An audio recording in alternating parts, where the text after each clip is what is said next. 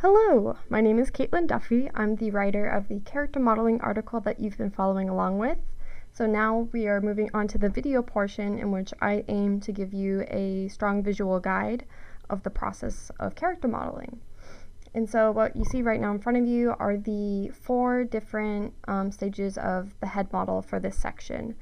We're going to turn a cube into something like this. Then from there, adding more topology, and then this is the planning stage where we're blocking out the spaces for the eyes, nose, and mouth. And then from there, adding detail to those spaces.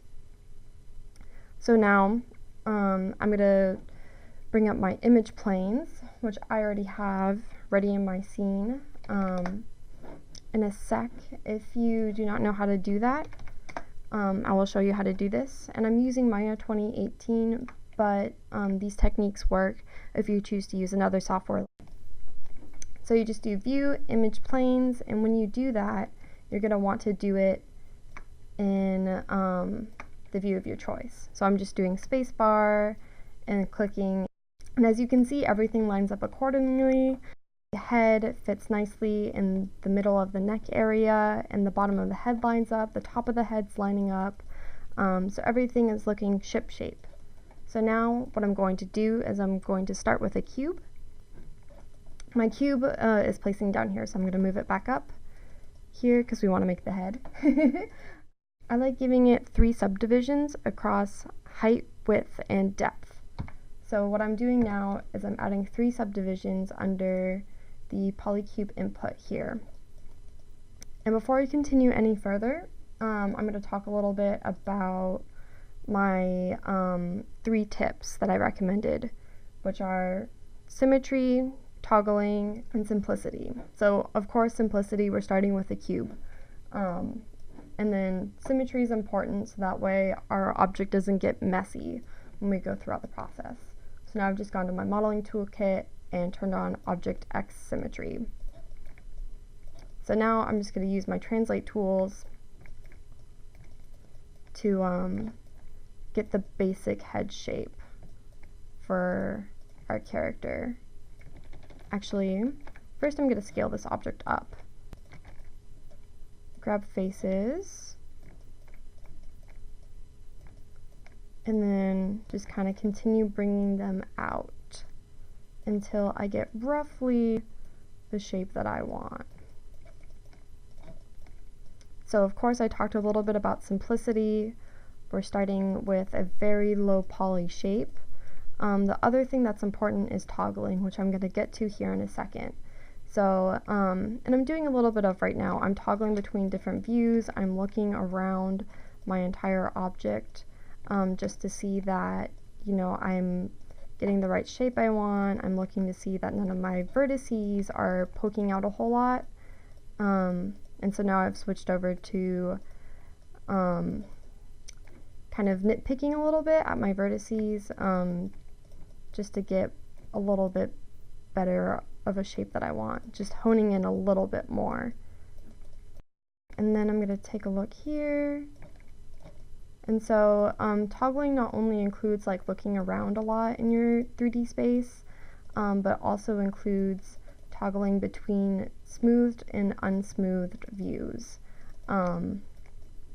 But the reason why that's so important for you to toggle between smooth and unsmoothed mesh is because sometimes the smoothed view can be very deceiving. You might not know, or you might not really see if some of your geometry is kind of funky. Like for instance, if I just take this vertice and I pull it all the way out here, it doesn't look that horrible, but if I go here, you can really see how atrocious that is. So toggling between the two is very important. And now I'm going to continue on and add more topology using the smooth tool. So what this does, the smooth tool in the modeling toolkit, it adds topology while keeping the smooth shape. So that's really nice.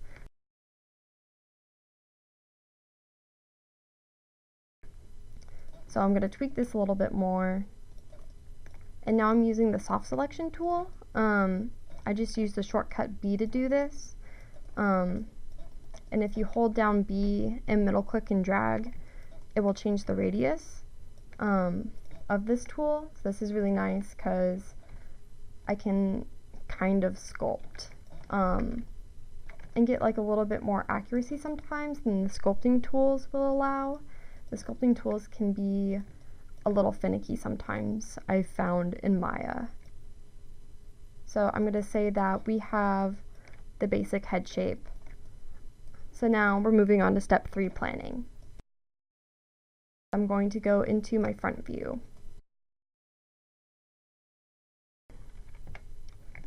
I'm going to turn on 4, and I can see through my geometry now. So I can see where exactly it is that each of my facial features are, so I can plan geometry for that. So in these faces here, these are going to be where my eyes are. However, there's kind of a problem right now. Both of my faces there are smushed together, which is difficult when extruding. So I'm going to add a multi-cut edge loop in there, so now I don't have that problem anymore when I extrude these faces.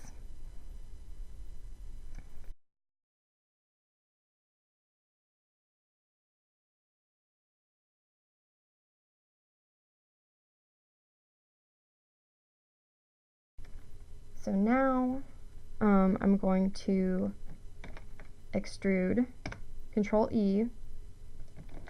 Actually, I'm going to turn off edge slide for the moment. And then I'm going to scale that down a little bit.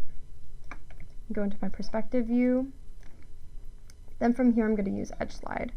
So I switched to perspective view for a second just to make sure nothing weird is happening with my geometry. So now I'm using the edge slide tool, and what this does is it allows me to move the vertices without editing the shape of my character's head. So the shape is being maintained while I'm still moving vertices around, which is really nice. So I'm just moving them around to fit the shape of the eye. And so far that looks really good. So now I'm going to go into my perspective view, see that that looks right, but now I notice that from the side view, it doesn't match our eye at all. So now I'm going to go to the left view, and I'm going to tweak this. So I'm going to turn off my edge slide, and I'm going to start scooching some of these back.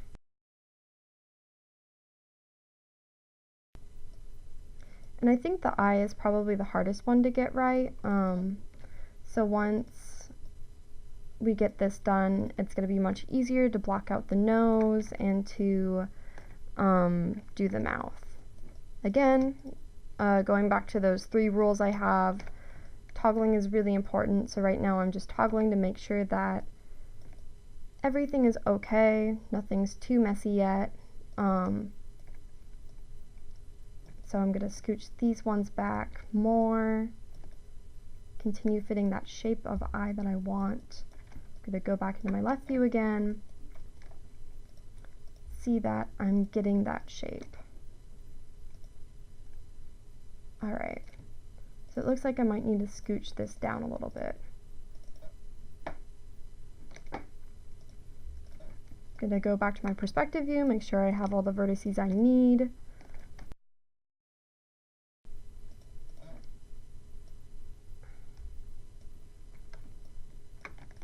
Switching views again, go to my front view, go scooch that up a little bit more, but otherwise everything else is looking good. So now I'm just going to make sure it looks nice while it's shaded. That looks pretty good. I might just scooch that back a little bit, just so that way my topology isn't stretching, but overall everything's looking good. So now we're going to plan for the nose, do the same process. So within 6 of these faces, the nose is contained.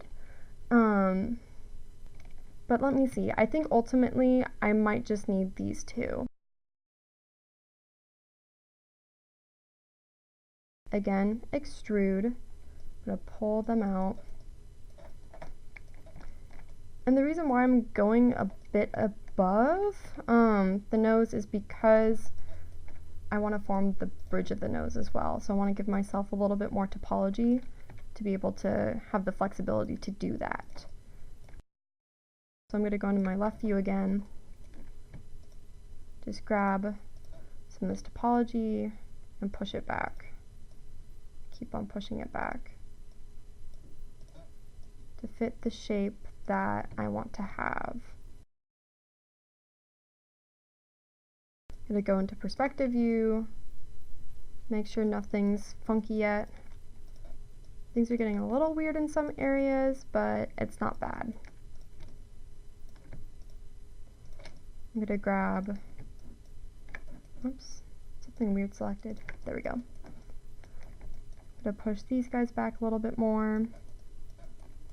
I'm going to grab this face and then extrude it one more time, and we have the basic shape for the nose. It's not perfect. He's got a little boxy nose, but so far it's good for the fact that we're blocking out the shape. So that's how he's looking so far, and now let's move on to the mouth.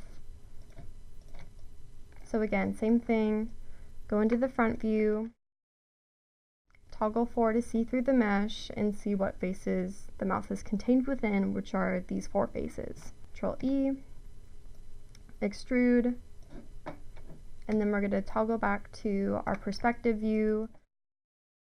So I'm going to push that out just to follow the lip shape a little bit more, and then I'm actually going to push this in before I continue to add more geometry. So again, like we did with the nose and the eyes, we're going to start shaping this. So let me go to my front view and begin forming the shape of the lips.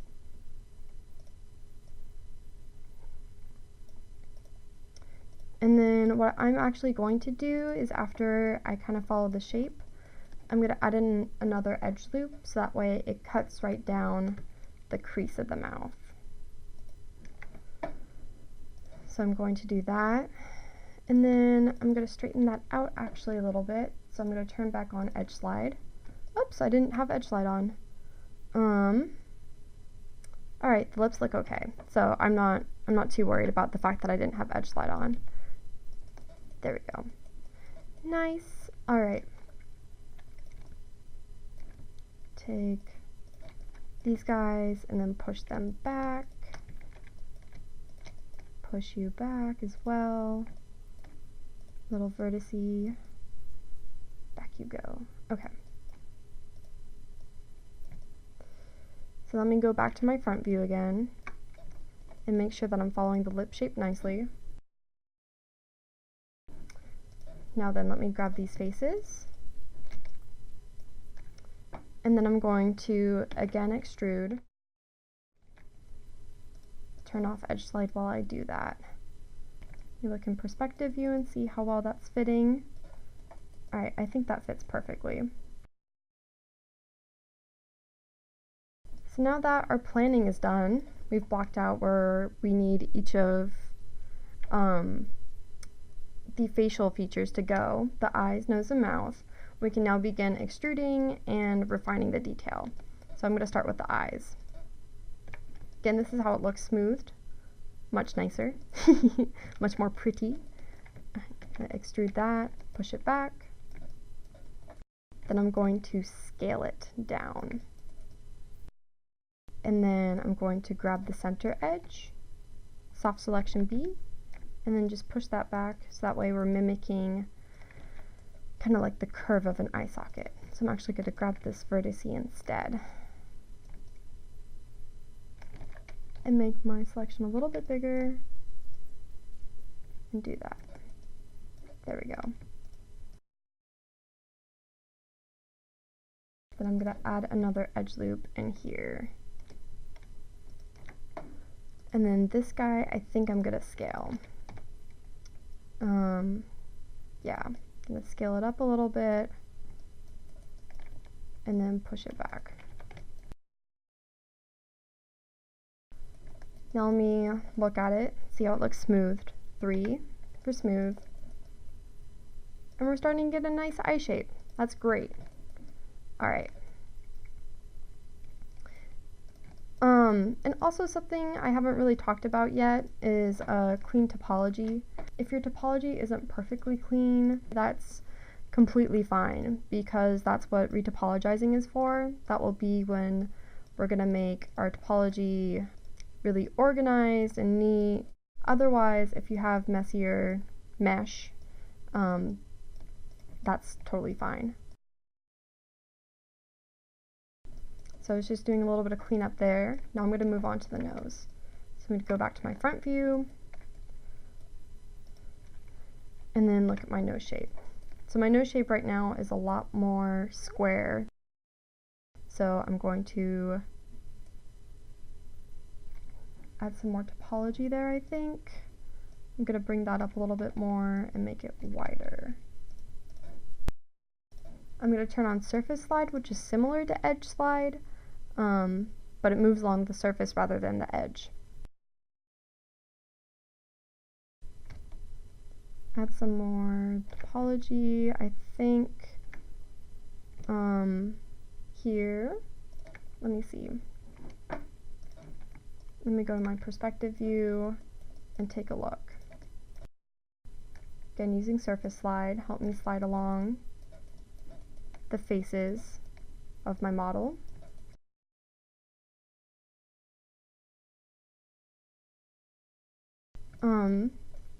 But overall, what we're aiming to achieve is we're aiming to achieve getting the shapes that we want for our character model, making sure that what we're modeling is representative of our orthographic drawings and our character designs. So that's why this process is important. Even though our topology doesn't have to be perfect, it's still good for us to keep it clean. Just otherwise, if it gets really messy, it's difficult to kind of bounce back from, and then it just becomes one big mess. Speaking from experience. So it's starting to take place, which is really good. And then slide this guy over. And I think primarily I like working in unsmoothed mesh just because it gives me a more realistic viewing of how my mesh looks. It's not really realistic, I guess more apparent way of how it really is.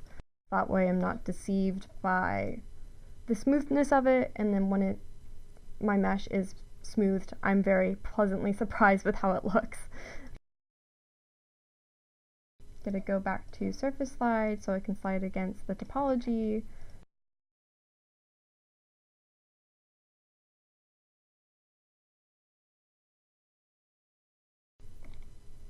I feel like this is taking the shape really well. I might need to actually scooch this up a little bit more.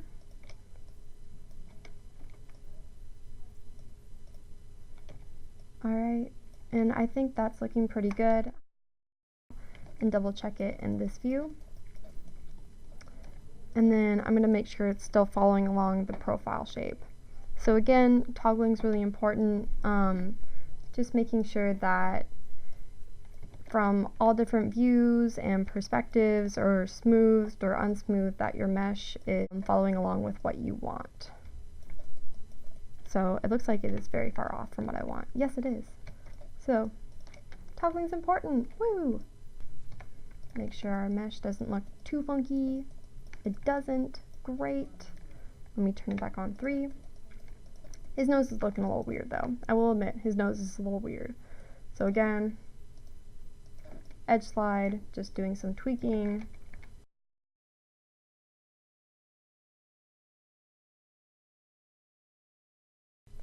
And that's looking better.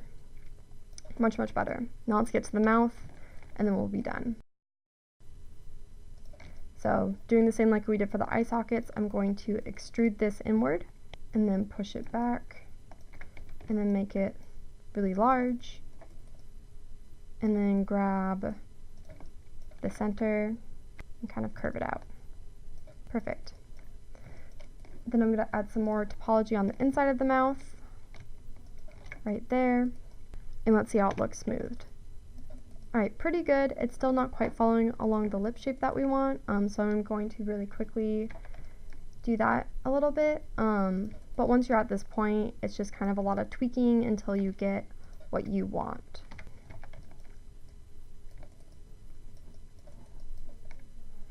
Let me just tweak the chin a little bit again, bring that forward. And then I'm going to add some nostrils in here like I said I was going to, and I think we're pretty good for this lesson so far. I think I'm going to have an issue here because these two are next to each other, so I'm going to have to add a little bit more topology there. I'm going to tweak that afterwards, but for now, just extrude, without soft select on, edge slide, scooch over, and grab my faces, scooch them over as well, Control E, push it up and extrude. It's not pretty, but I can continue tweaking it as I want to see fit, and that's pretty much the basics of head modeling so far. Remember, simplicity, don't get too detailed too quickly. Toggling is super important. Look from all views and perspectives, smooth versus unshaded, to toggle between that as well. From here, continue tweaking it as you see fit, and we'll move on to the next part.